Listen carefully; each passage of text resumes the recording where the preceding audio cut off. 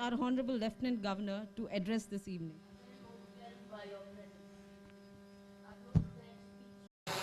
You need no introduction. The world knows you. But I'll share something which a personal experience which introduces my Guru. I'm standing here today not by the responsibility God has given me, but as his devotee and his student. And I'll tell you how I met him, met my Guru and my teacher.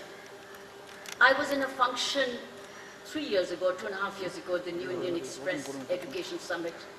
Prabhu Chawla invited me. I normally return home after my session, return to the base. But that evening, Sadhguru was addressing us, and I decided to listen to him because I'd heard so much about him. And that evening stayed back. After listening to him, I walked up to my teacher and said, I'm very blessed that I heard you today. He said, come and see me at Coimbatore. That was a great invitation, not knowing who he is, except that I was very happy with what I'd heard. I went to Coimbatore, combining it with another invitation, not exclusively for Sadhguru, but combining it with another invitation. I went to the Isha Foundation. I met Sadhguru, and he and I discussed about prison reforms and many other things. I discussed him with like anybody else I would discuss. And then Sadhguru took me around in his jeep to show me around his foundation a bit, his school and other things which you saw. And I again chatted, and I thought I'd met a wonderful human being, and I left. And as Sadhguru was dropping me back, his devotees gifted me a bag full of books. And friends, as I got into my car, I started reading one of his books. Opening that book, I realized I did not know who I was really meeting, who I had met. I never realized the depth of that person, the mystery of that person, the spiritual heights of that person. I wanted to return to let him know. Now I think I'm getting to know who I've not really fathomed and understood, who I was meeting like an ordinary being, thinking I'm discussing issues of such earthly. Friends, I returned again. And then again I encountered. That's how he inducted me in. And I think my life has never been the same again. It's evolving. It's a learning experience every day. Then he took me to Mount Kailash Yatra. And Mount Kailash Yatra, where I saw my leader, my teacher, walk the way, lead the way. I saw him as a spiritual leader, not just as a chanter, but as a leader who worked harder than we did. So friends, that's my introduction about my teacher today. The Raj Nivas in Puducherry is exceedingly blessed. Each one of you who's present here has a special good karma done that you've come here to Raj Nivas open air theater. We call this now the open air theater for everybody. Sometimes it becomes an open air theater for children every second weekend, and sometimes it becomes an interpersonal for intergroups. And today it's historical, Sadhguru, that you have come here. I think we're very, very blessed. You adding to the strength of this place, because the success of this place means success of Puducherry. Success of about almost 14 lakh Puducherrians. With your blessings, may each one of us as public servant be devoted to this place. Totally devoted 24 hours 7 to serve Puducherry, because we are blessed with that power to serve. May we have that blessing that each public servant, be it in political world or in the public service, nominated or elected, serves this wonderful, pristine and beautiful place called Puducherry, which is rich in culture, rich in heritage, whether you take it Tamil temples or you take French buildings. It's absolutely nature, and with Aurobindo. So I have no doubt that you have come here to bless us, bless every Puducherrian and Puducherry as a whole. This place is today truly sacred. I said I'm very overwhelmed. I had to tell this personal story. Friends, the message is, you still do not know who you're meeting. You don't have to make a mistake like mine. You don't have to repeat my mistake. Today you're meeting somebody who can be life-altering for you. It all depends on you. What you take, how much you take. Thank you and namaskar.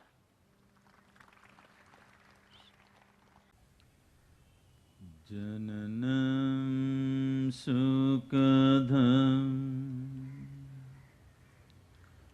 maranam karunam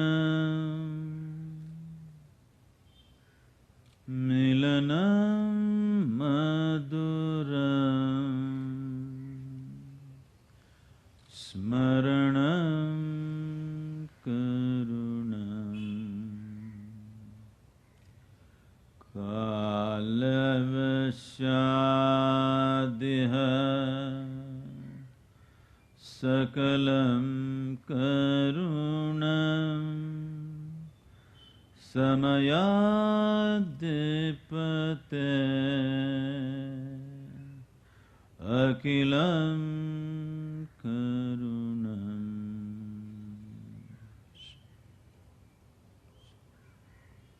Good evening. Namaskaram. Good evening to everyone. I said good evening.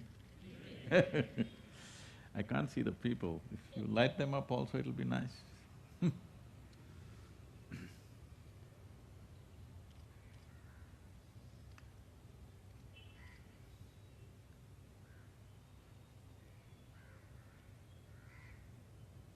Puducherry has before that, Her Excellency dear Kiran and every one of you. Puducherry has a special status in the nation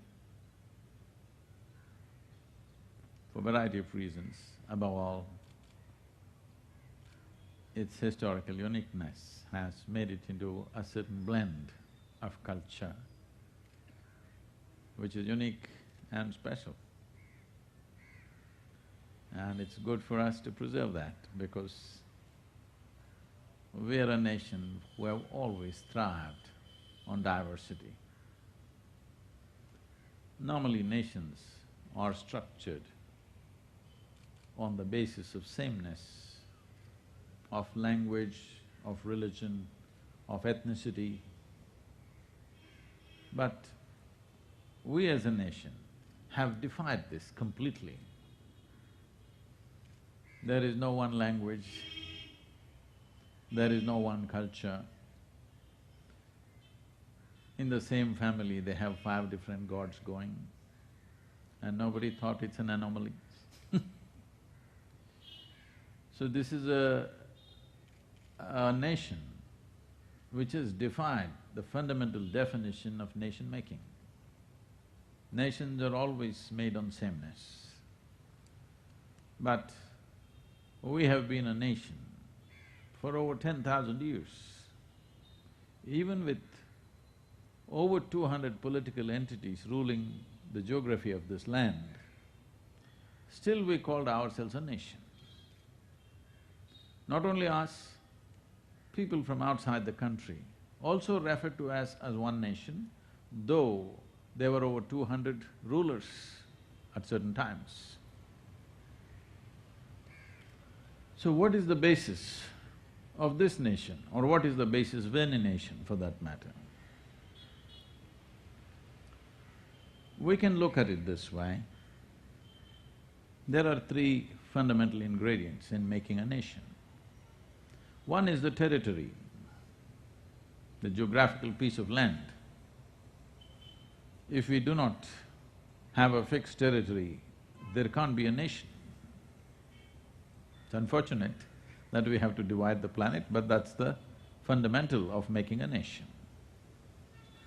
Another is the systems and processes that we follow, how we do our commerce, how we do our administration, how we do our businesses, how we conduct the society, the systems and processes that are employed in a nation.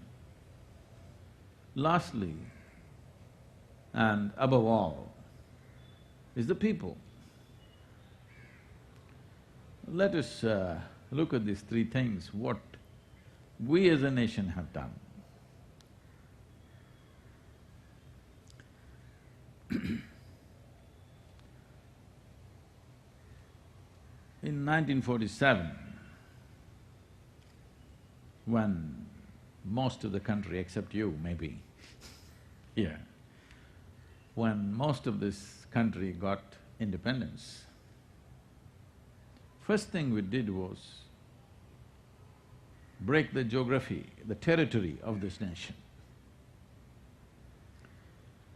Because after being in some sort of enslavement for nearly 250 or 300 years, we did not understand a few things. It was new. Making of a nation was new because we were involved. All the people and the leadership of that time was basically focused on how to break the British nation, how to make the British Empire. Suddenly, they handed it over to us and went away. Now we could not change that mode, we were still in the breaking mode. We did not get into the making mode, we were still in the breaking mode. So we broke the territory of this country into three pieces. I'm not trying to make a political point, I want you to just understand. In the making of a nation, the success of any nation depends not upon its political processes or even its military exploits.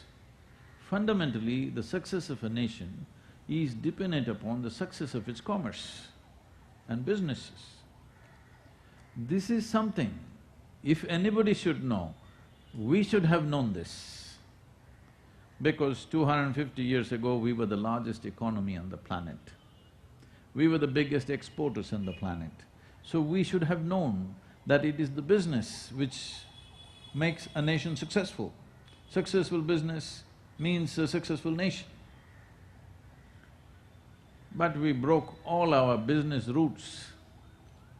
For thousands of years, we were doing business through the routes going in the west towards Arabia, Damascus, Jerusalem, Europe, Central Asia, this side to Southeast Asia and many other countries. Both sides, we broke our trade routes, we gave it away to somebody and tried to make a nation. So, in many ways, we never found traction because the fundamental trade routes which had nurtured us for thousands of years, we broke that without understanding that this is what makes the nation. At least we should have kept a highway. Even if we gave the land, at least we should have kept a passage. But we broke that basic passage which gave us access to Europe, Arabia, everywhere. Otherwise, by now or many years ago, we would have highways and railways running into European capitals. It would be another country altogether. You could go to France by train from Delhi, that's what it would be. So, you've become very serious, all of you.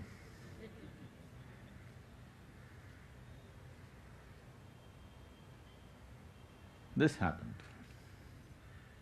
A pirate, you know, pirate?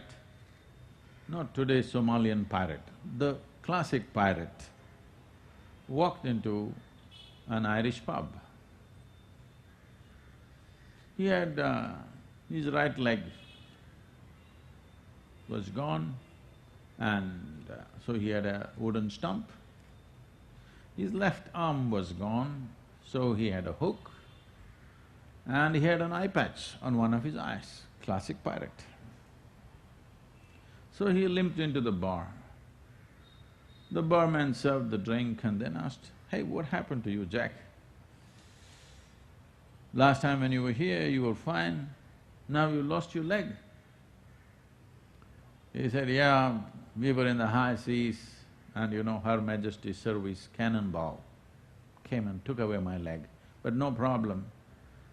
Our carpenter on the ship fixed me up pretty good. See, I can dance if you want." no problem. Then after a drink, he asked, "Hey Jack, but what happened to your hand? Where's the hand gone?" He said, "Oh, I was in a sword fight. Some fools don't understand you have to hit the sword, they hit my hand. So I lost my hand, but no problem, my blacksmith fixed a nice hook for me. Actually, this does more than my hand used to do. But by the way, what happened to your eye?" He said, "I was trying to guide the ship by looking at the stars and the bird poo fell in my eye." The bartender said, "But the bird poo won't take off your eyeball." He said, "Yeah, but I was new to the hook." So we were new to our freedom. Without understanding what we are doing, we broke our trade routes completely and tried to make a nation. Still we are struggling how to conduct the business, because we lost our traditional way of doing business. Now the only way you can do business is by sea. We know that also, but that was not the strength was by land. Well, now after 70 years, many things have changed, that's a different matter. But the initial years were just lost not knowing what to do, because we were new to the hook. Freedom is a hook. Now, we have the territory, it's still a large country. Now the systems and processes. Those who want to rule us from outside will make certain systems and processes because they want obedience and dominance. A free nation has to make its own systems and processes. I'm sorry, many of you may be IAS and IPS officers, including Kiran. But I've been looking at this, we made very little change. Even today, from a little child in this country to an adult, if a policeman comes, they get scared. If a policeman comes, you must feel reassured, that's police, no problem. If there is no police, you must be scared. But most people still get scared if a policeman comes. That's why I told you, don't run like that.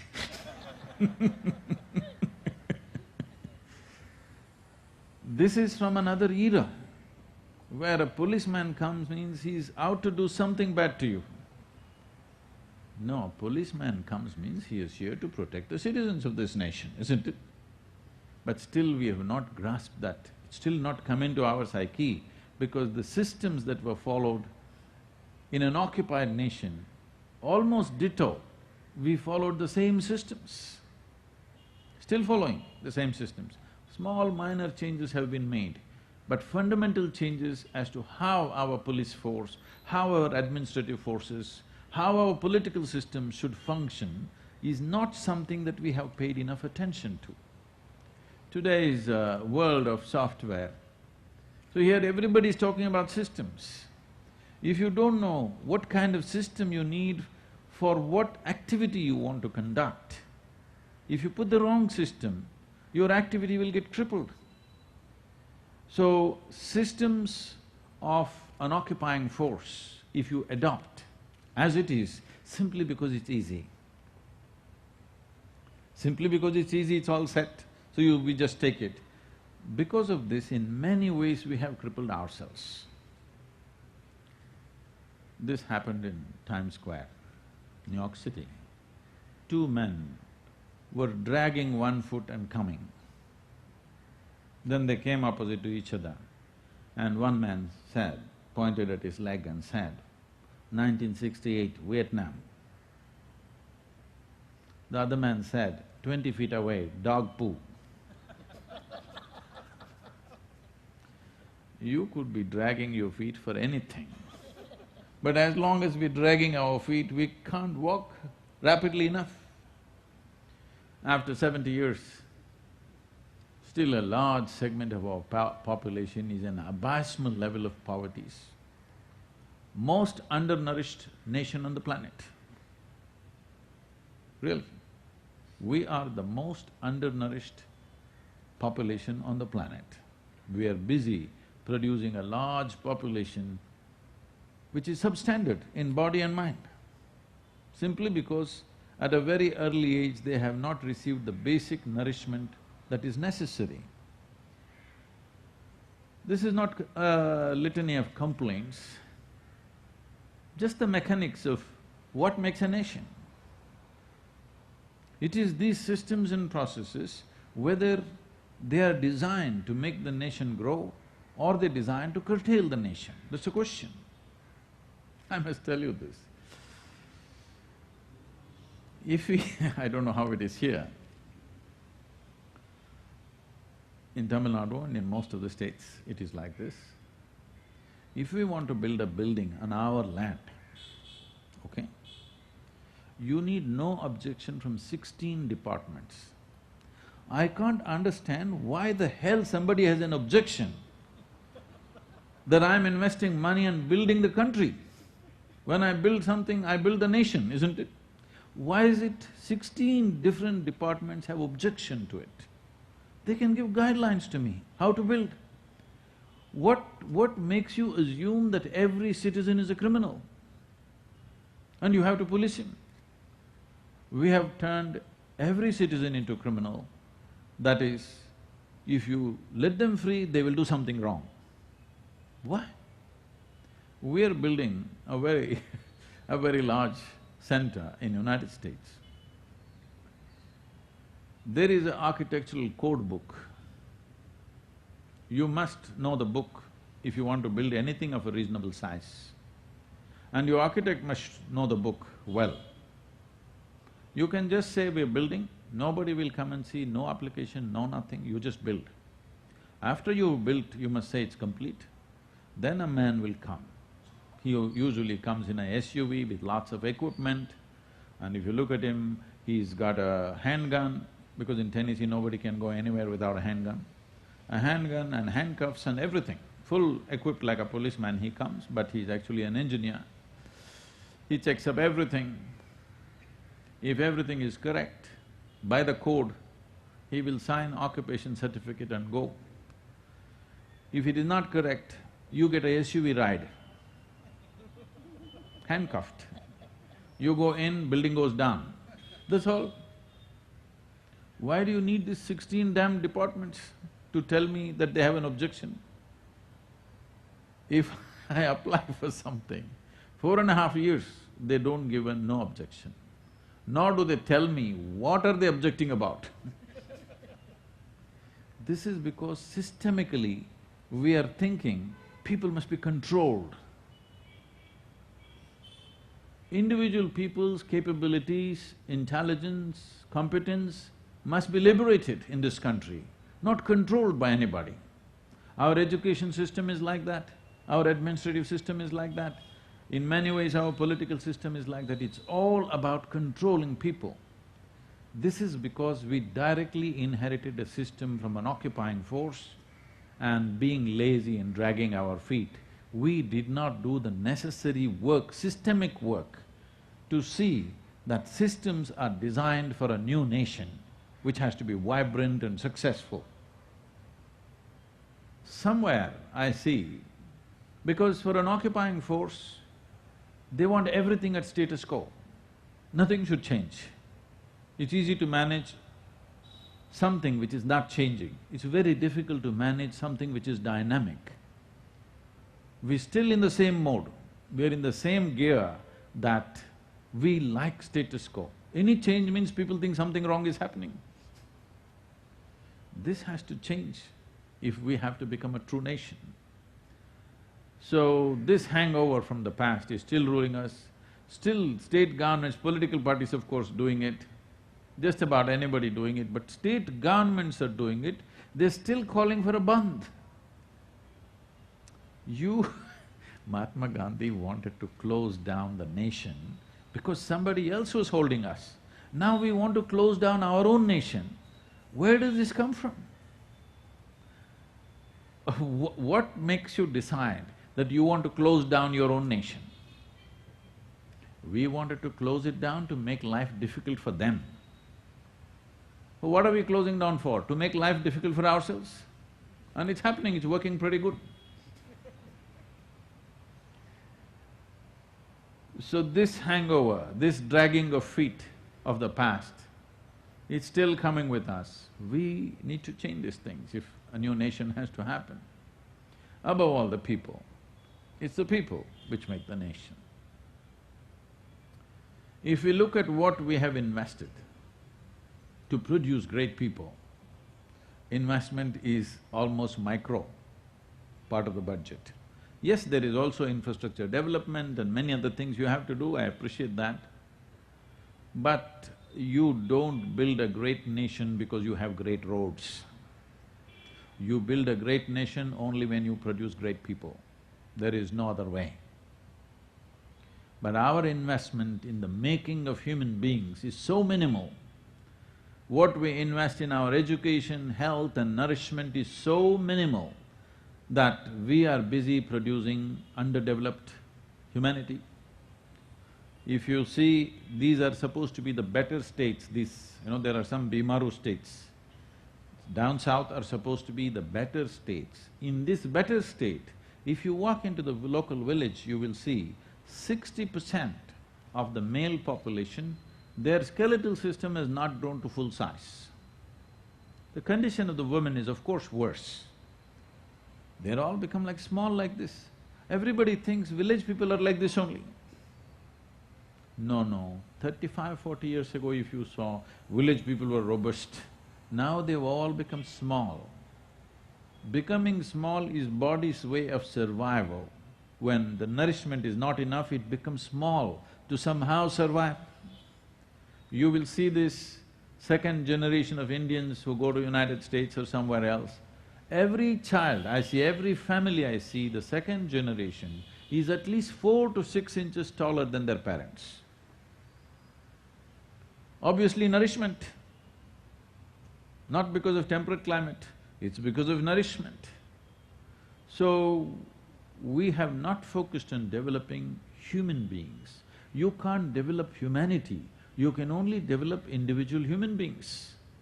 These things about humanity, society, nation, these are all just words. The real thing is, there is you and there is me, isn't it? This is the real thing, this is the only thing you can work upon, this is the only thing you can improve, this is the only thing which will produce something. This and this individual. There is no such thing as just one big thing, something happening, no. Never it happens like that. So, our ability to make a nation, there are many things. First and foremost thing is, people should have a strong sense of belonging, identity and pride about the nation. Nation is not a God-given thing, we made it up, all right. Yes, it's just an idea. But if we don't own the idea, if we don't feel strongly for the idea, if we don't have passion and pride for the idea, this idea will fail. So I want you to understand, let me get more basic. You think you're married. I know they've told you it happened in heaven, but these days I don't think you're believing that. Before marriage you thought maybe it's being done in heaven, but after marriage you know it was not done in heaven. Marriage is just an idea. If you put your mind and heart into it, it becomes a wonderful reality, isn't it? If you don't put your mind and heart into it, it'll become a nasty reality, yes or no? Yes or no? Yes. The same goes for the nation. If we put our hearts and minds into it, it becomes a wonderful reality. If we don't put this, it'll become a nasty reality. This is something we did not work upon. When 1947, that major or great event happened, that was the time when the citizens of this nation, for whatever they had or did not have, they felt proud. That was the time we should have established a deep sense of pride and belonging about the nation. Today there is debates about whether we should keep this nation or not. People are debating, they think it's very intellectual. They don't understand the pains we've gone through in breaking nations. Still, those that generation which went through the partition, still many of them are alive. You ask them what happened. The pain of it, the scars of it are still not gone, still both the nations are still bleeding. But now we're again talking about, why don't we break it further down? Once again, same things will happen. Those days, they had only 303 rifles and kitchen knives. With that, they killed 600 million people. I'm sorry, 600,000 people. Today, our capacity to kill has gone up tremendously. Today, if you try to split the country, what will happen? You're seeing Syria, you're seeing Iraq. It'll come right here if we talk about breaking the nation. It may all look like a fanciful idea to start with, but if you attempt it in practicality, this is what will happen. This is happening because we did not bring that strong sense of pride, that this is my nation and we must make this a great place to live. Today, if you distribute, or if Western nations, if Donald Trump changes his mind and say, all Indians welcome, no matter who you are, believe me, 60% of Indians will swim across the oceans and go away. If you don't give them transport, they will swim. Because if a population doesn't want to stay here, wants to go, but we are holding them back, that's called a prison, isn't it? See, you have entered here, you're here, you can go when you want to go. So this is a nice place. Suppose you cannot leave, that's called a prison, isn't it? By choice you cannot leave, you have to escape. So, somewhere we have not fixed many things. I'm not trying to discount many great things we have done as a nation. There are fantastic scientific achievements, there is great commerce building up. In the last 25, 30 years, many things have happened. And all said and done, in spite of all the problems we may have, we have kept ourselves as a functioning nation. When I went to Lebanon first time when I went there, I was just surprised. When I asked, what's your address to somebody, they did not have an address. They have a cell phone number. Because streets are not marked, houses are not numbered, there is no such thing as a post office. There's only one post office in entire Lebanon, in Beirut. You just have to go there and collect something because nobody can deliver anything to you because you don't have an address. I thought, this way we are really great. If you drop a postcard in Puducherry to somewhere in Arunachal Pradesh, it may take 3 months, but it'll get there. Yes? So, we still are a functioning nation, little dragging our feet. In the Committee of Nations, in the international arena, we want to be somewhere means, above all, it is not even in competition with somebody. If we want this generation of people, not future generations, if this generation of people, their life must improve, we must walk rapidly. If we drag our feet, one more generation's life will go by in a very rudimentary way without human beings realizing the possibility of what they could be if they had the opportunity.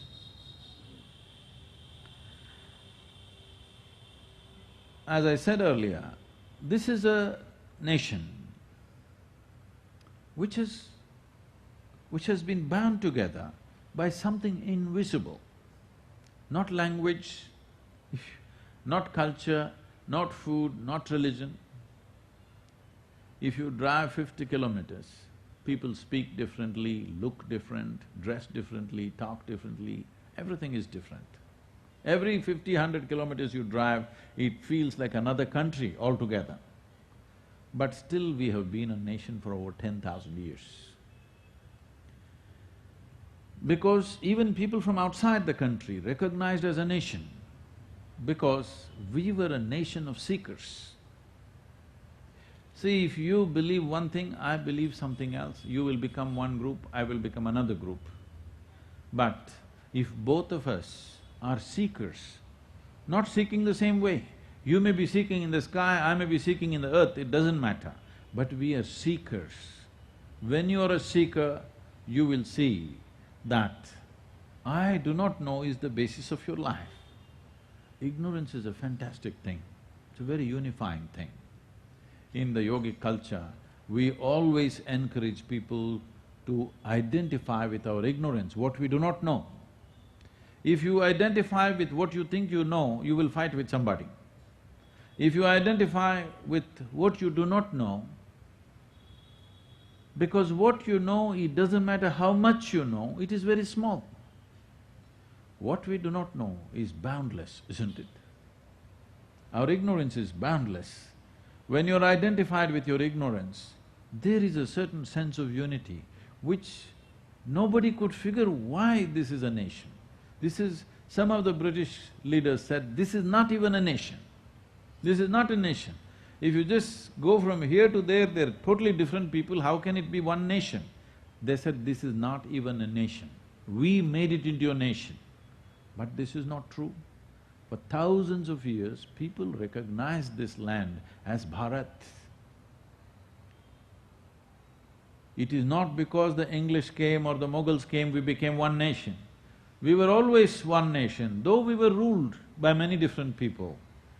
What is it that brought us together is this a profound sense of seeking, that seekers of truth, seekers of liberation. Here, we are not believers, we have never been believers, we have always been seekers. In this seeking, we are all separate, but because each one of us are separate, there was nothing to divide us. If you gather 10 people, I gather 10 people, there is a problem. I'm just by myself, you're by yourself, there's never a problem. In seeking, you're always alone. You may sit in a sangha. This nation itself is a sangha because everybody is a seeker. We never had a belief system. This is a godless nation, I want you to understand this clearly. This is the only country which is still conscious that we make the gods. Everywhere else, people believe God made them. I know this is sensitive, but you like it, you don't like it. If human beings were not here on this planet, there would be no God, isn't it?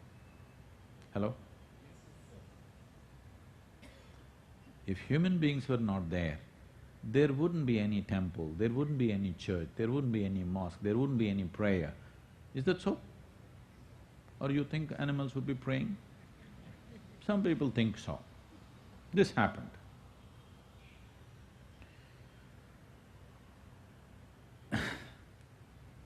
A very evangelical Christian bishop went into deep jungles of Africa trying to save souls. Then he was walking in a very remote place. Then he saw a soul, but this was a very fierce soul. This was a full-grown male lion. It was just looking at him with some interest. He had never seen a wild animal like this, open right here. Then he trembled, not by design, by default. His knees collapsed and he went into a kneeling position. Because anyway, when you get into kneeling position, there was a lifetime of habit of prayer. He closed his eyes and prayed because he couldn't bear the sight of seeing this. Then the lion came close up and he could smell the lion. And he opened his eyes. He was amazed. See, the lion was sitting there and praying. Then he screamed, "Hallelujah!" and he started thanking the Lord. The lion opened his eyes and said, "I'm just saying grace, what the hell are you doing?"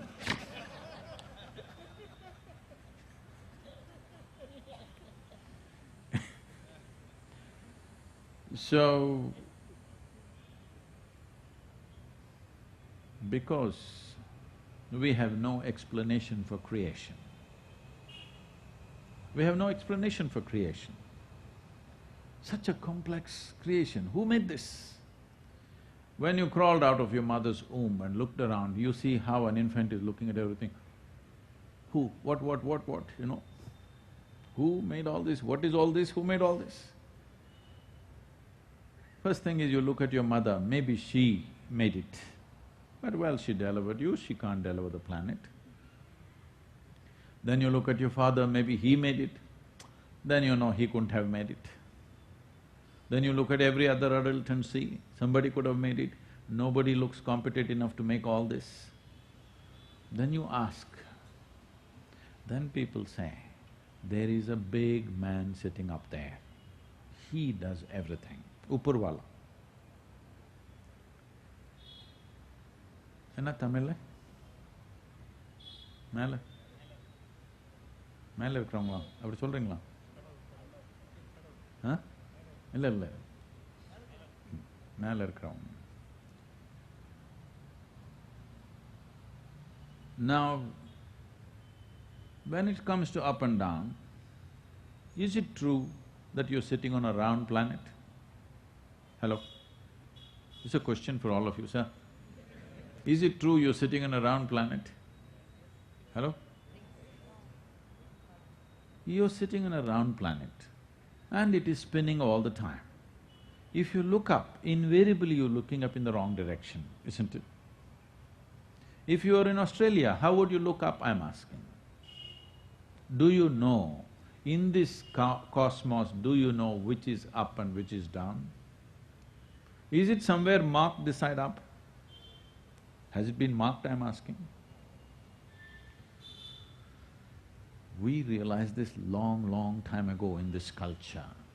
So we said, the greatest pursuit you can have in your life is to seek what is the nature of this existence.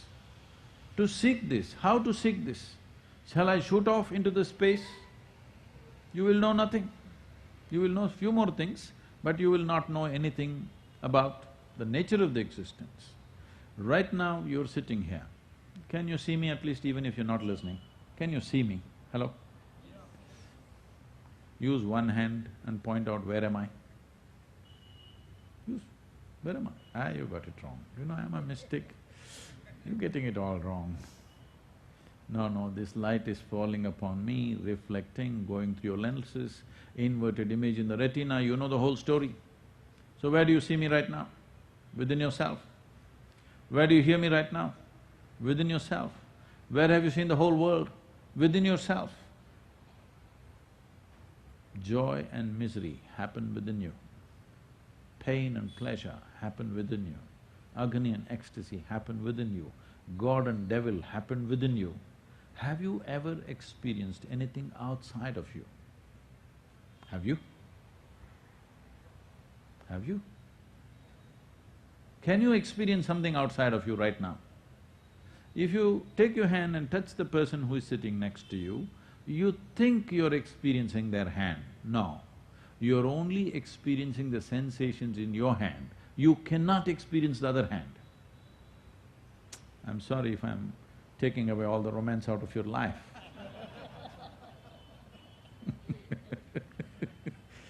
But that is the reality, you can only experience what happens within you.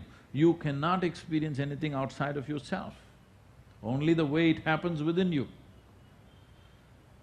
So because your entire experience is being generated from within you, we started investing in knowing this one, because without knowing the fundamentals of how you experience everything, there is no way to look anywhere. Even if you look there, the sky is happening within you, isn't it? So better to turn inward. It is from this dimension that India became a spiritual gateway to the world, that people started turning inward. So everybody else who came from everywhere else for trade and occupation and whatever, in the last 10,000–15,000 years, they found Indians to be a strange lot of people, even now. They are a strange lot of people because they can fight for the smallest thing, but when really very bad things happen to them, they can just sit like that. Nowhere else this is possible, just look at this. For smallest things, they can fight long time. But when things really go wrong, you will see nothing seems to disturb them, they're just fine. Simply because this culture of looking inward, all human experience is generated from within. At least what's happening from within you must happen the way you want it, isn't it? Are we in talking terms or no? At least what happens from within you, what happens in the cosmos, if it doesn't happen your way, it doesn't matter. But at least what happens within you must happen your way, isn't it? If it happened your way, would you keep yourself very vibrant, healthy, joyful, wonderful? Would you do this or no? If this body and this mind happen just the way you want it, would you keep yourself healthy, joyful and in a fantastic way, or would you… What's your choice for yourself, I'm asking? You must choose this right now, I'm going to bless you. If there is a choice between misery and joy, what is your choice? Good. What you want for your neighbor may be debatable. What you want for yourself is 100% clear, isn't it? We have jumped into conclusions in recent times. From a land of seeking, we are trying to believe like everybody else because somebody else believes and they manage to dominate us. So we think that is a better way and we try to believe. No, this is a land of seeking. And ultimately, it is this which will enhance a human being, seeking to enhance the very perception of who I am, because without enhancing your perception, you cannot enhance your life in any way. You can only socially enhance yourself. You can make little more money than the next person and think I'm better, but this is only in comparison. You're enjoying what somebody doesn't have. I think that is sickness, that's not joy. Yes or no? You're enjoying something that somebody does not have. Is it sickness or joy? It's a sickness, isn't it? Most people are only enjoying what others don't have. They're not enjoying what they have. So if you have this much money in this society, if you're very rich, if you go to another society, you may feel terribly poor, because there everybody seems to have much more than you. So what you know in comparison is only socially relevant, not existentially relevant. So this is not a land where we make up things. This is a land where we seek. Smallest aspects of life we spend a lifetime seeking. This is the nature of science, isn't it? Hello? This is the nature of science. A scientist keeps on looking at an invisible atom for his entire lifetime. What the hell is there in a single atom when the whole cosmos is there? But no, he spends his life looking at one single atom for his entire life. Out of that comes something significant, isn't it? People who just rolled their eyeballs all over the place didn't see anything. But one who paid necessary attention to something found something profound in smallest things, isn't it?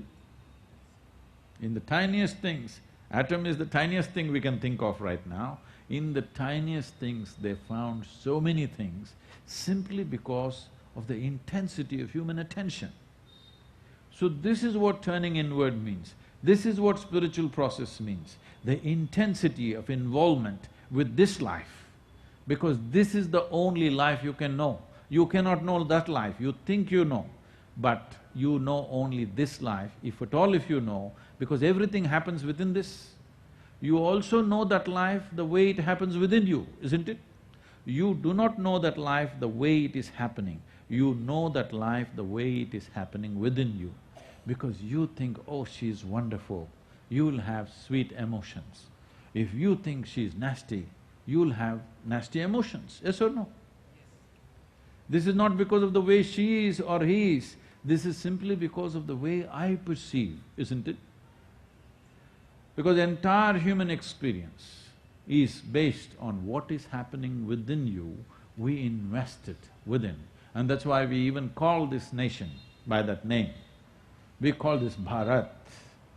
Bharat means Bha, Bha means bhava. Bhava means sensation.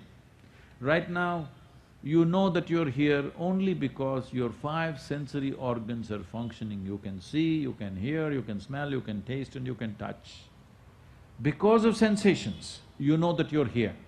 If you fall asleep, you do not know whether you're here or not, simply because the sensory organs have closed down. So your entire experience of life is sensory, maybe not sensational, but it's sensory. So we call this bhava. All experience of life is referred to as bhava. Ra means raga, it's the tune. Tune is not set by you. Creation has already set the tune. You have to listen. You only hear the automobiles right now. If you listen carefully, listen means not just with your ears, with every pore in your body, with every cell in your body, if you carefully listen, suddenly you know something about life that others do not know. See, for example, this is happening in the country, in the world, in many different ways. This is very starkly visible in sport, for example.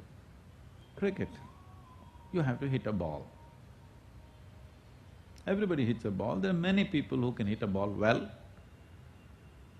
but there is only one Tendulkar. Because he hit the ball, he hit the ball, he hit the ball and he hit the ball, he did nothing else but hit the ball.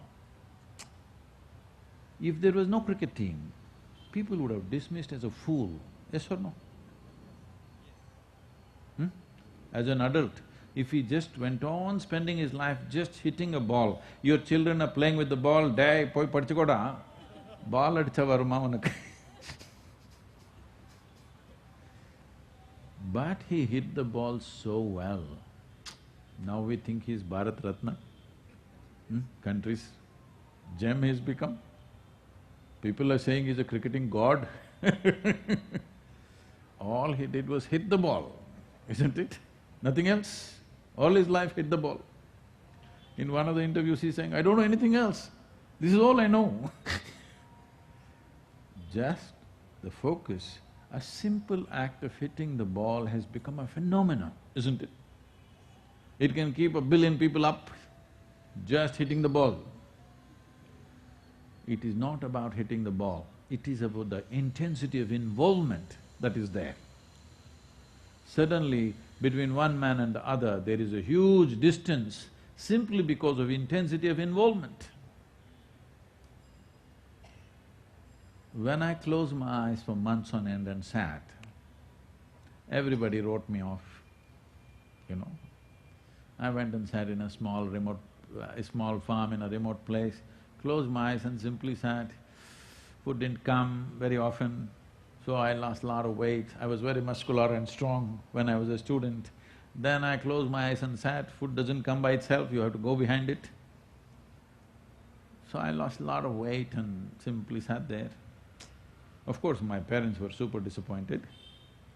My teachers, one by one, they started coming and said, "We thought you will do something, but you're gone, you finished." I said, "I have never been this great in my life. I might have lost weight, maybe I don't have money, but I have never felt life was this fantastic as it is right now." So what's fantastic about you? Because your friends have become engineers, doctors, IAS officers, what's fantastic about you? I said, "I don't care what they have become, I know something fantastic has happened within me. Will the world value this or not, who cares? In terms of life, I have found something super fantastic, and that's all that matters." They thought I've lost my mind also. At one time they really thought I need psychiatric evaluation simply because you are not trying to be better than somebody. Because the entire world seems to be, but this is the ethos of this nation. We never looked at how somebody else is doing. There are beautiful stories like this. On this side of the river there's one village, on that side of the river another village. They can see the people, they can hear them talking, they see the cooking smoke, but they never went across the river and met those people. Said, they seem to be living well, we are fine here, why should we go and see? They never went. There are many villages, thousands of villages in India, which existed like this for 1,000 years without ever venturing. People will say, oh, these people have no exploration sense. Well, all the explorers went into India, Africa, Asia, Australia. What have they done? Slaughter in the end. We never had such a need because this was a land of seeking. Seeking and knowing was the highest value. Conquering and establishing something was not the highest value. Establishing the human being was the biggest value, not establishing other edifices and structures in the society. This people thought is a disadvantage, but at the same time we became the most vibrant economy on the planet. For many centuries, we were the only real economy. Everybody wanted to come to India, not because they were in love with you. I know French love, but they didn't come here because they're in love with you, because this was the richest land. That is why everybody wanted to come here. One Vasco da Gama reached here, many drowned in the ocean, but still they wanted to come because this was the richest land on the planet. Like right now, everybody wants to go to America because it's the richest nation on the planet. So, without a sense of conquest, we became a very vibrant economy. This is a very unique achievement which we need to bring back to this world, because today our mode of economy itself is a conquest and it's a destruction. I happened to be, a few years ago, one of the years when I was at the Economic Forum, which was I think 2008, the world's economy had just tanked into a recession. So when I went there, about 1,200 people, they control almost 80% of the world's economy. These are all multi-billionaires. Unless you're a billionaire, you don't even get there. Everybody was depressed. Only India was running a campaign called India Everywhere. When I landed in Zurich, all the big hoardings, India Everywhere, all the buses saying India Everywhere. Indians were upbeat because Indians can be upbeat on nothing. We can just get upbeat because somebody is getting married. It's not that some success has come. Just like that, in the town somebody is getting married, so we are all full on. Somebody dies also, we'll beat the drum and we're full on. We're like that. So Indians only are upbeat because they're happy with the boards that have come up everywhere, India everywhere, India everywhere. But the rest of the economic leaders in the world are all little depressed. So they asked me to handle a session called Recession and Depression. I said, economic recession is bad enough. You don't have to top it with mental depression. But anyway, the way we have structured the economy in the world is such. Today, the Living Earth statistics say, if all the 7.3 billion people on the planet have to get what an average American citizen has, we need 4.5 planets.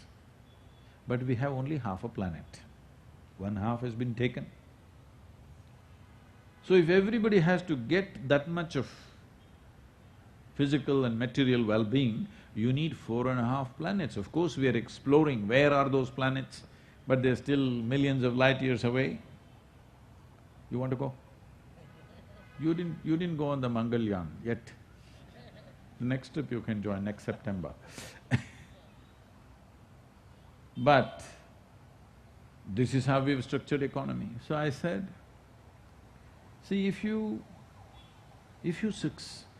fail, you will be depressed. If you succeed, we will be damned. Better you are depressed. Yes? If really economy succeeds on this planet, as we are planning it right now, this is the end of the world, really. It keeps going into recession to save us.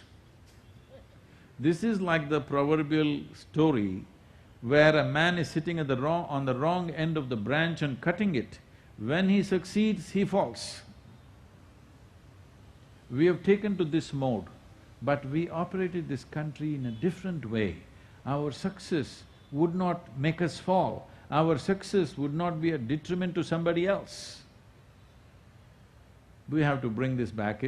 We are part of the modern economic system now, it's not easy, but still individually we can all cultivate this, that our success is not just about this and that and what people think about us, about how we are. How we are as a life, how I am within myself. This is my success, isn't it? For this, I don't have to look at somebody who's little worse than me or better than me. Wherever I sit or stand, this feels fantastic. This is a successful life, isn't it? But we invested in too many belief systems in recent times. Or we believe like this, some people call themselves theists, some people call themselves atheists. But both of them believe something that they do not know. They are not yet sincere enough to admit, we don't know a damn thing, that's a reality. Yes or no? Hello? Is it okay? The fact is you don't know, isn't it? No, no, God is up there, I'm going, appointment with Him. If you have an appointment with Him, you should not postpone, isn't it? You must go today. Yes or no? If you have an appointment with God, can you postpone it? No, no, no, you must take it today. No, you're not willing to go. Simply talk going on. How do you arrive at these things? When you say an atheist or an atheist, it's just this. One person have a positive belief about something that he does not know, another person has a negative belief about something that he does not know. Both of them neither have the courage nor the commitment to seek what is the nature of my existence, what is the source of who I am, where do I come from, where do I go, what is it, what is this life about? If your life is worthwhile, it at least needs that much attention, isn't it? Yes or no? Yes. If maybe others are not paying attention to, I'm sorry, but at least your attention towards the nature of your existence is needed. Oh, I'm not interested in all this spiritual stuff. This is not something that you think is esoteric. It is, it has a esoteric dimension, but it's like this. Whatever gadget you buy, let's say you got a cell phone, obviously. Should you read the instruction manual before using it or after 3 years when you're throwing it away? Hello? Because most people think spirituality is after you're 70 and you're no good for anything. Is it not important you read the user's manual in the very beginning? Isn't that the way to get to use the cell phone better? Do you agree with me that this… No, I've not still asked the question. You don't have to say yes because LG is here.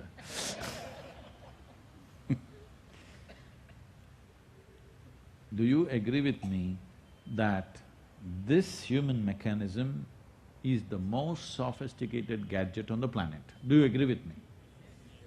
I'm asking, have you read the user's manual? No? So you will somehow blunder through and you think something else from up, but you don't know what's up. Do you really know what's up?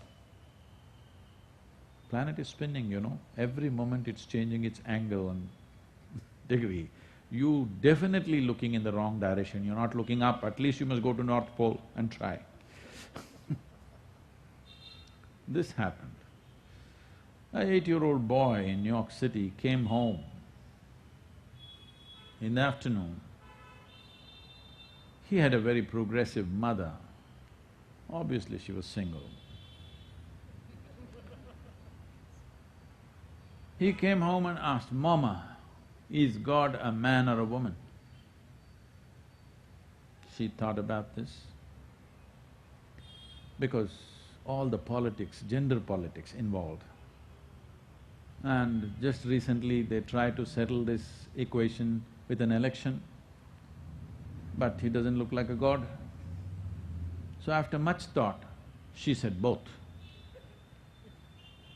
Then the boy went into deep thought. Then he came back and asked, "Mama, is God black or white?" Then she thought about all the racial politics that are happening in the nation. Even our news channels are discussing without knowing what they're talking.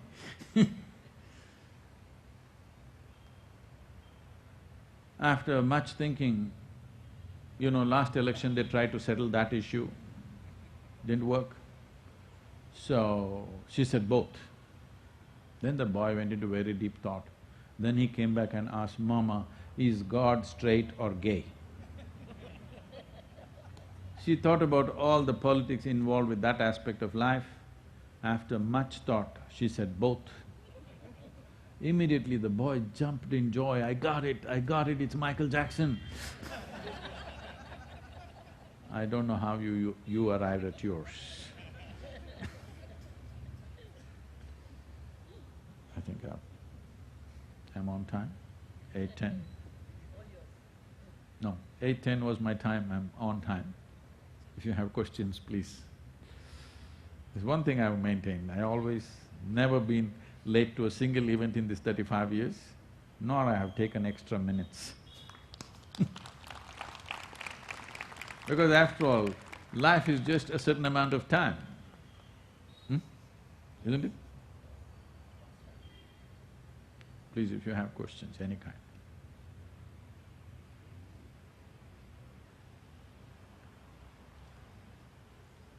Oh.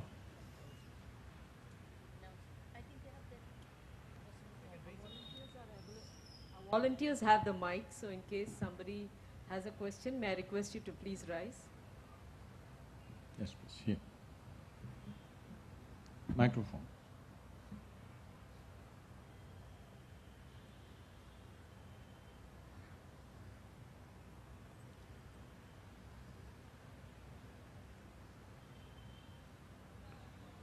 Please switch on the microphone, it's working. Hello? What's your profession? I'm a management student, I would say. Okay. I'm still learning Jagadguru. No, because of the voice, I was just wondering. I had come to your Isha center as well, so learned a few things from you, Jagadguru. The question that I have is, we have a lot of people who know the past history that we have for the last 10,000 to 15,000 years. But very little of us, especially those who follow the Vedic civilization, have the time to read Bhagavad Gita, which is a journey to the inner life as well. And you said it very rightly, is the system that we have been following. What is your suggestion to some of us to the journey to the inner life or inner thought, to know who I am, and how do they go about it? Because many of us are lost. Who are you talking for? That's okay, I'm just joking, it's all right. Thank you. See now,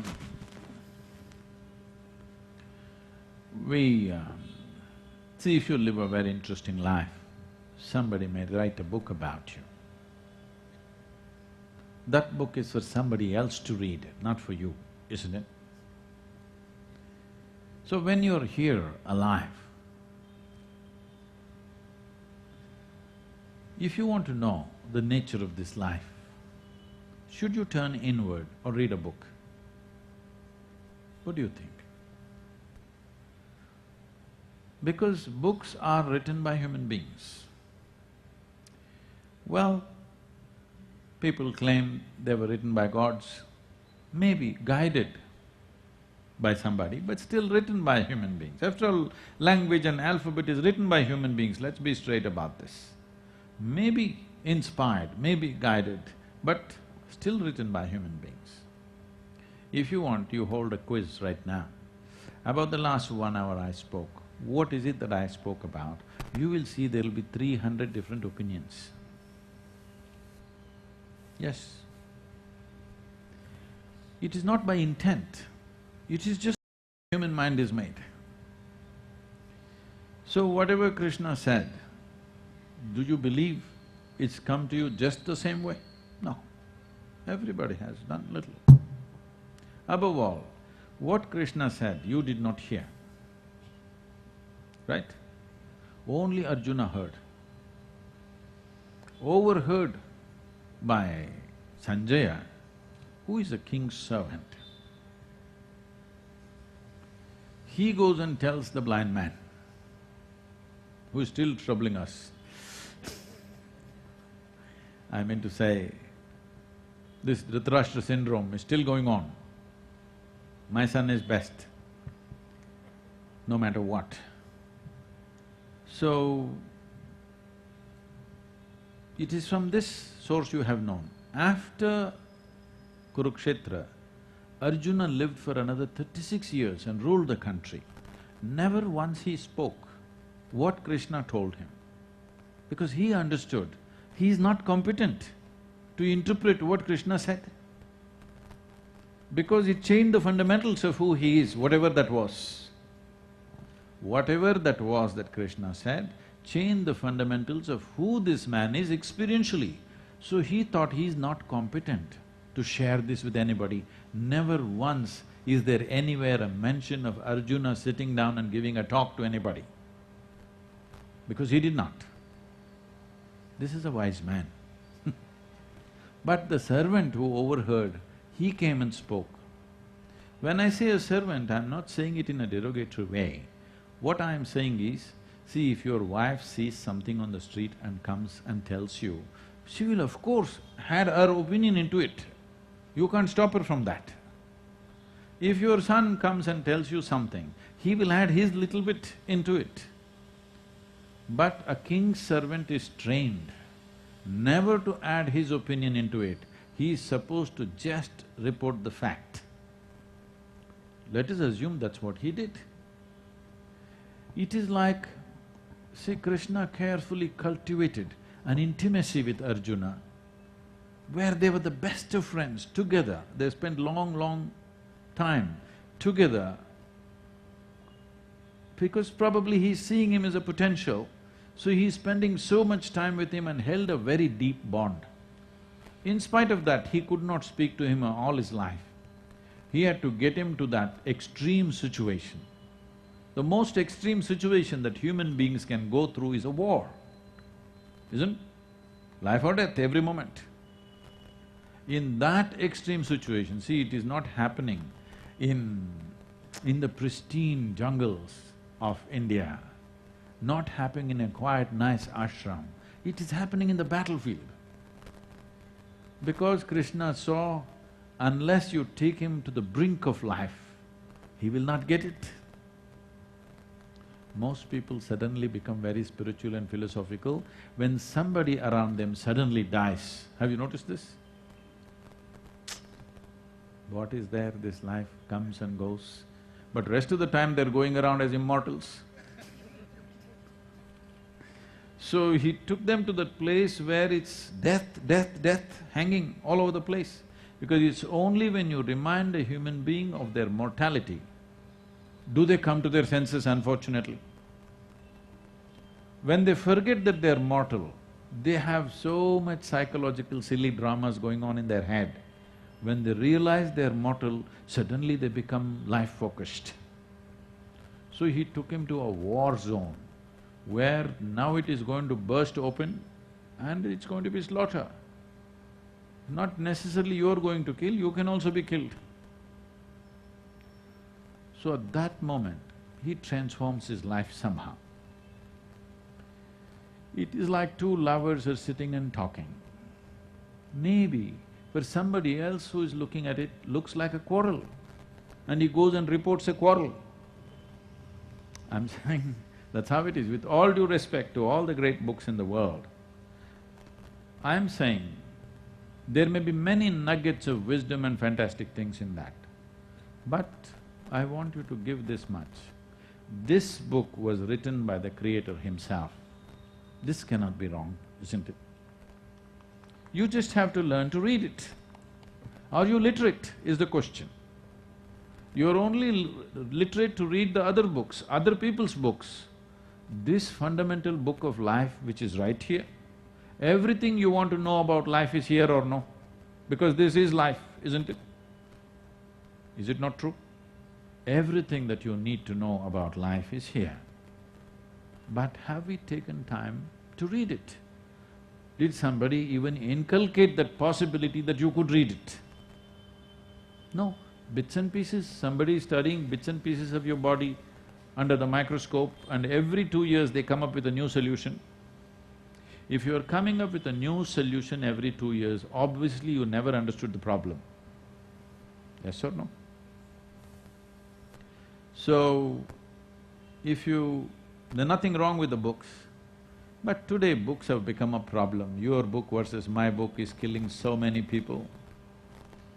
Too many people have died on this planet because my book is superior to your book. It'll be good to keep the books down for some time, close your eyes, just know that you're mortal. Today, if all of us go to bed, by tomorrow morning, nearly 250,000 people won't wake up. Natural death in the world. Suppose you wake up tomorrow, you guaranteed? Have you come with a guarantee card? No guarantee card. So suppose you wake up, let's say. Just do this much, I'm telling you, this is a simple first step to your spiritual process. Tomorrow morning, when you come awake, check, you really awake or you dead? If you're awake, it needs at least a little celebration.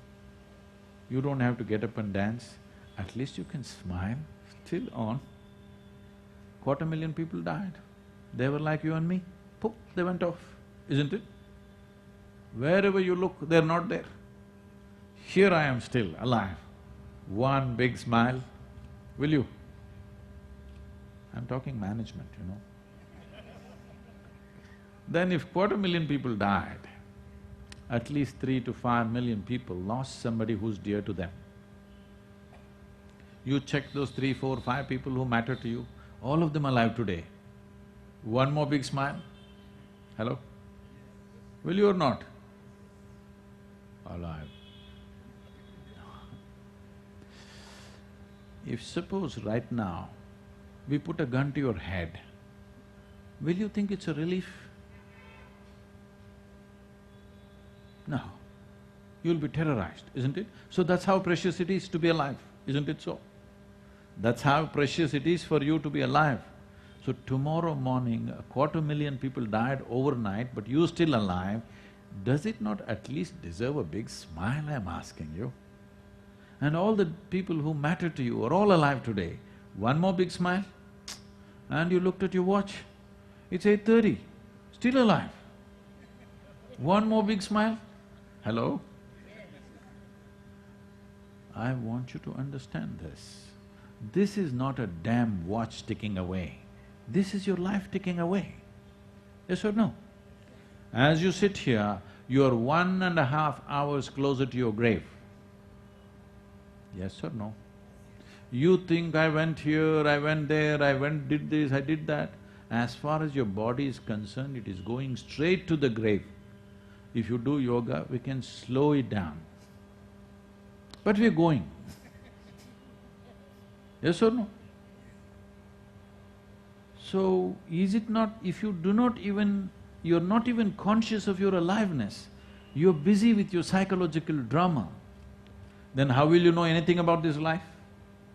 You will know only the rubbish that other people have filled into your head. Pay attention to the life that you are.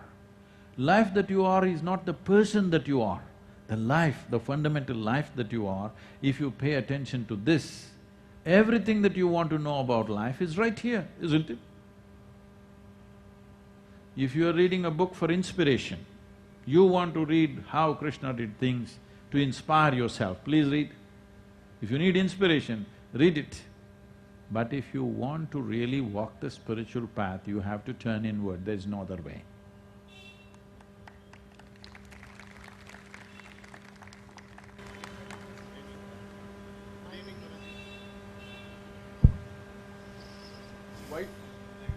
why should a child die even before it is born in the mother's womb?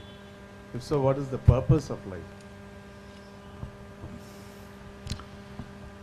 I don't know from what personal context you're asking this question. There could be a lot of emotion attached to this, but we have made too much of ourselves. In this cosmos, what I say right now may not sound nice to you, but it's the truth, you can go home and sleep on it. In this cosmos, this solar system is a speck, yes or no? In that speck, this planet Earth is a micro speck. In that micro speck, Puducherry is a super micro speck. In that you're a big man. This is a problem. This is a problem of perspectives. When you walked, maybe from here to the gate if you walk, 25 ants died. You never thought why this ant should die. But I want you to know, we are much smaller than ants when we look at a larger perspective, isn't it? We are microscopic beings. Yes or no? We are truly microscopic beings, that's how small we are. So in this you're talking about how one child was dead in the mother's womb. I'm wondering why so many children are born and they're alive. I'm not trying to be cruel to you. Right now the problem is this, that we are too many, not we are too little. You must understand when it comes to the physical body, it's just a mechanism. You have too much emotion about it, so you're thinking on these lines. Many times when you're manufacturing a mechanism, things can go wrong. Things can go wrong. Somebody can come without a hand, somebody can come with a… You bought your Maruti car, does all of them come the same way? Sometimes one car comes with some defect. Similarly, human manufacturing system, things go wrong because you have invested a huge emotion in it. These kind of mechanical words may seem insulting to you, but if you are unwell and you go to the doctor, he will open up this, he will open up that and look at you just like a machine, isn't it? Yes or no? When you're healthy and when you're well, you think you're something big, but you fell ill. You go there, first thing is they strip your clothes off, you thought you're something else, but first thing is they stripped you off, they opened up this, they opened up that, they put their hand here, there, everywhere. Just like how your mechanic would explore your car, your doctor will explore your body, yes or no? Yes or no? Because it's just a mechanical thing. Biomechanical but still mechanical. So mechanical things sometimes go wrong. Perfectly healthy, they'll just fall dead. You want to find some mystical reason for it. There is no such thing. It is just a simple thing that certain things don't go well sometimes with a machine. But this machine is invested with another dimension. Because of that, we are getting too overly emotional about the machine itself. Just now he mentioned Bhagavad Gita. I am not an expert on this, I have never studied Bhagavad Gita. But I believe what Krishna is saying is, this body is nothing, it will be born, it will die, what are you making such a big fuss about? Do what you have to do, it may die, so what? So, you have a background, cultural background where these things have already been told, but don't listen to anything, just look at it and see, is this not a mechanism? Self-maintained, self-growing mechanism, but it is a mechanism. So in the process something goes wrong, it is not such a big tragedy, okay? It is not such a big tragedy. It is a psychological drama that we are making. If today you and me die, it's not such a big tragedy, because without us, the entire creation will go on great. You don't think so? It may go on even better. It may. Yes, when we are here, our life is valuable to us, but I want you to understand how you value your life.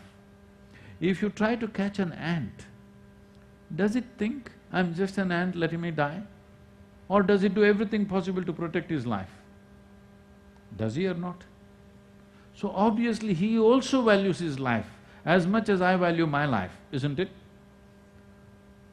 But we have unnecessarily made up human life into exaggerated sense of who we are. You saw a tsunami happen, these are… See, the tragedy is not a tsunami. Tsunami is a fantastic event. The tragedy is we are in the way, isn't it? See, suppose you had a gallery view, you could stand on this building and watch 100-foot wave coming.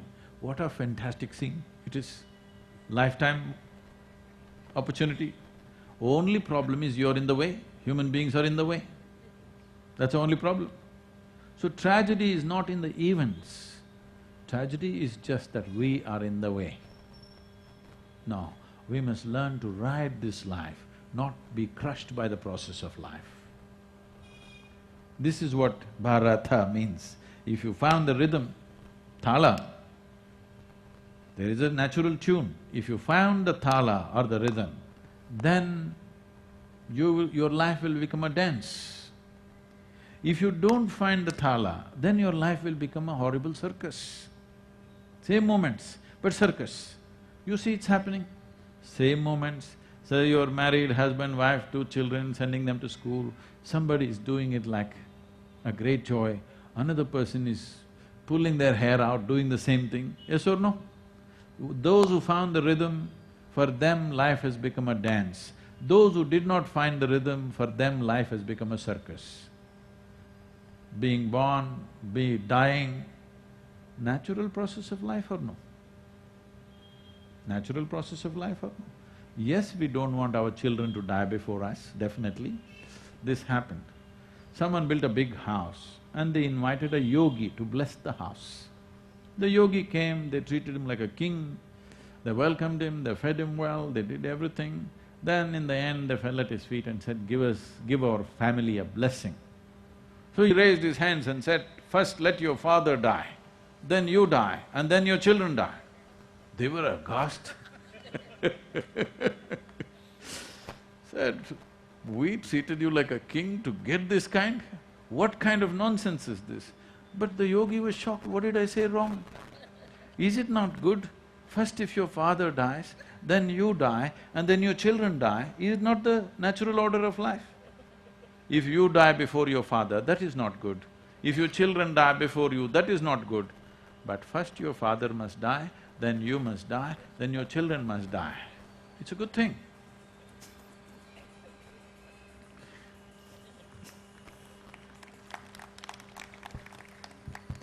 Sir, what do you think about the rebirth? Is it true? Or is there life after the death? These are two things I would like to know from Sadhguru ji. You want to know what happens after death? Some things you know best only by experience.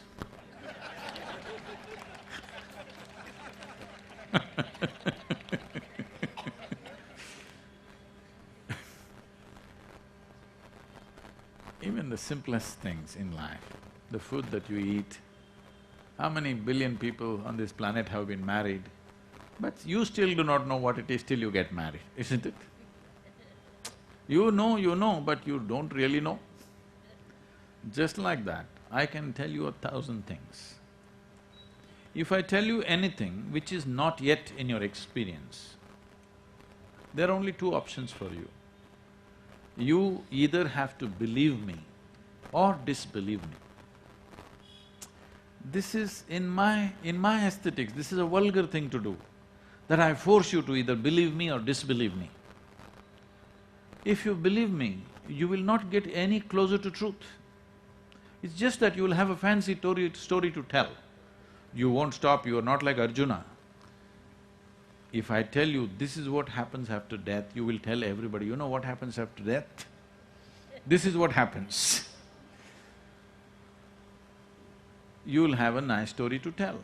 If you don't believe what I say, you'll have a nasty story to tell. You know that Sadhguru, what foolish things he said to me? But whether you believe me or disbelieve me, will you know anything better than what you know right now? Will you?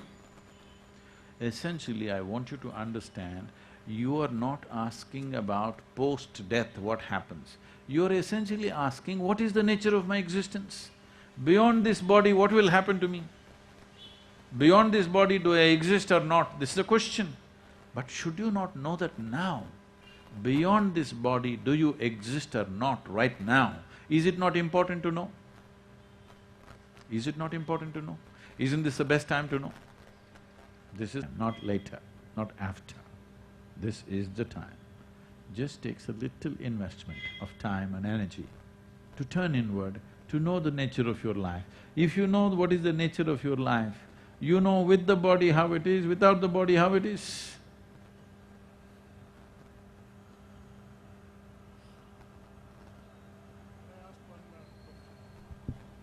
Please. You must have a big voice, you can. Yes, but I actually have a very small question. I actually, since a long time, I have been hating the name India. It really doesn't have any sense, it doesn't have any feeling, it doesn't have any beauty. And you uttered so many times Bharata. I would like you to tell me what, according to you, is the genius of India. What is India? Is it land, is it people, is it the diversity? Because just now in the beginning you said something so beautiful, that all nations are created on sameness and ours is different. See, I think I've skipped through a few things, but see, the name India is given to us. It's an English name. This is the technology of dominance. You must see this when they imported slaves from Africa. The first thing they did in the port was to change their name, to call you Kuku, Tobo, Nono, Pupo, something like this. If I call you Padmanabhan, now you stand like this. I call you Kuku, you know. First thing is to give a meaningless name which has no… because a human being is from memory, from history, from culture. A name which has no cultural background, a name which has no significance, a name which does not instill pride in you, that kind of a name I will give you, because this is the technology of dominance. In this country, maybe 2, 3, maybe 5% of the people speak English language. But the nation is named in English. It doesn't mean anything to someone who doesn't speak English language, India. Bharat has a power to it. Because there are two aspects to this. When we utter something, there is a sound. Meaning is just psychological, you making up the meaning, isn't it? Yes or no? Right now, I utter something, it's just a sound. If you did not know the language, this is just a sound. Meaning is just made up in your mind. Meaning is secondary. The significance is in the sound. You utter Bharat and see what reverberation it has in you. You say India and see what reverberation it has in you. Say this… take this as your chant for 2 days. One day you just say India, India, India. Another day you say Bharat, Bharat, Bharat. Just see what it does to your system. Then you decide. This was done with a very close observation, a deep understanding of the science of sound and form. When I say the science of sound and form, every sound has a form attached to it. If you feed any sound into an oscilloscope, it gives us a particular pattern which is a form. So every sound has a form in it. Every form has a sound in it. So what kind of sounds have the maximum impact on the human system? This we call them as mantras. Bharat is a mantra. Bharatam is even better, but up north they won't accept it, you have to chop it in the end. Bharat is powerful. It's a reverberation as a sound. Bharat. This for you.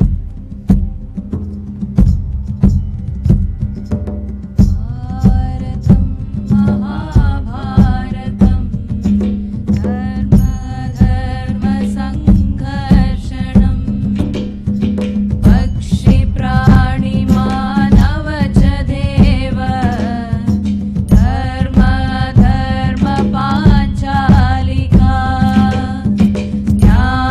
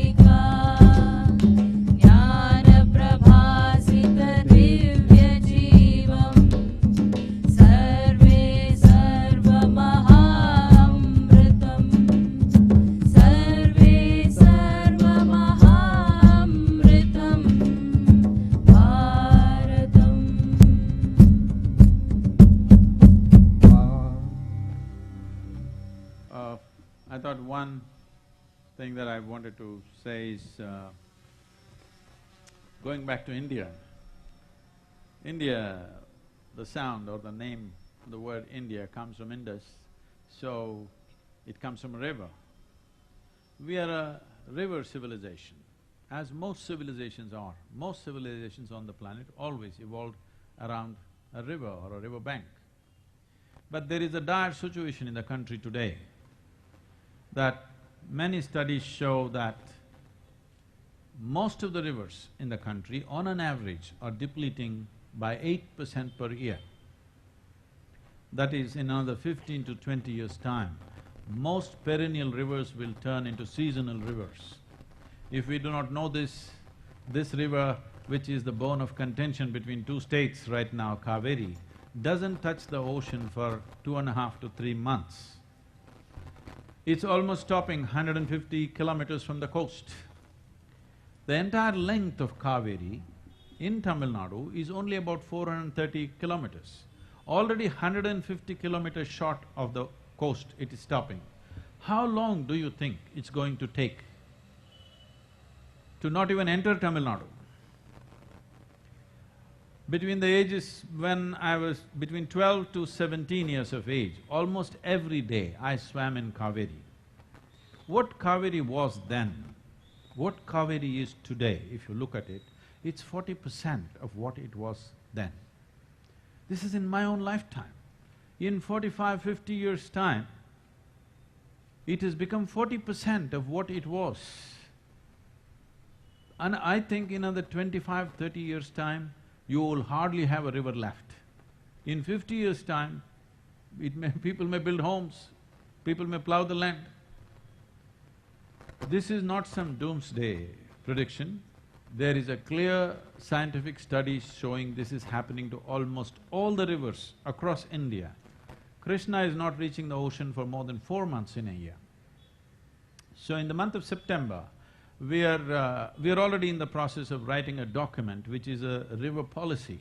Because rivers are a concurrent issue between states and center, both have to agree, otherwise this can't come through. So, we are in the process of writing a document which about how riverbank population should be. What is the activity they should do and they should not do, what we have to do to revive this.